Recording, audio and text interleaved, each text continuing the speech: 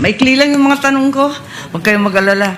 So, mula nung kinuha ninyo yung pera sa bangko at tinurn over kay Colonel La Chica, may pagkakataon ba na hinawakan yung pera ni VP Sara? Wala, ma'am. At masasabi mo ba kung nakita man lang kahit isang sentimo nung pera ni VP? Wala, ma'am. Pwede mo bang sabihin o alam kung kinuha, inangkin, inagaw ni VP kahit isang sentimo nitong confidential funds na to? Hindi ko nakita, ma'am. Ay, ganun pala eh. Pero ang alam ko, kanina sinabi mo, yung liquidation and supporting documents, ito ang responsibilidad ninyo na iprepara yung mga dokumento para sa COA at sa mga opisyal. Tama po ba? Yung mga documents, di ba yun ang trabaho mo bilang SDO? Kasali po yun, ma'am. Nung naghahanda ka nitong mga papeles na to, katabi mo ba si VP? Para tignan yung mga daan-daan, libu-libong mga dokumento tungkol sa confidential funds. Nandun ba siya? Wala po siya, ma'am. Nagbibis lang po ako, ma'am, kung paano yun gagawin po doon sa GC, ma'am. Tinitignan ba niya yung bawat isa ng mga acknowledgement receipt, yung iba't iba pang papel for personal authentication? Tinitignan ba niya yan?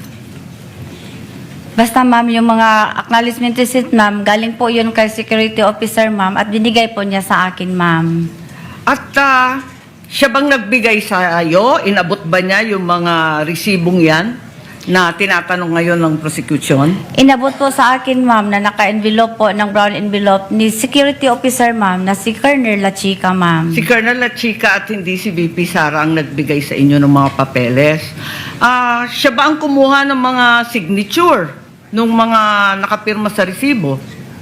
Si Colonel La Chica po ang security officer, ma'am, at siya po ang nag-implement, ma'am, ng mga various confidential activities po, ma'am, on the ground. May nakita ba kayo na may kaduda-duda, alanganin, kakaiba sa mga dokumento? Sabi ninyo, wala naman suspicious, irregular, or questionable, di ba? Kanina. Tama po ba yun?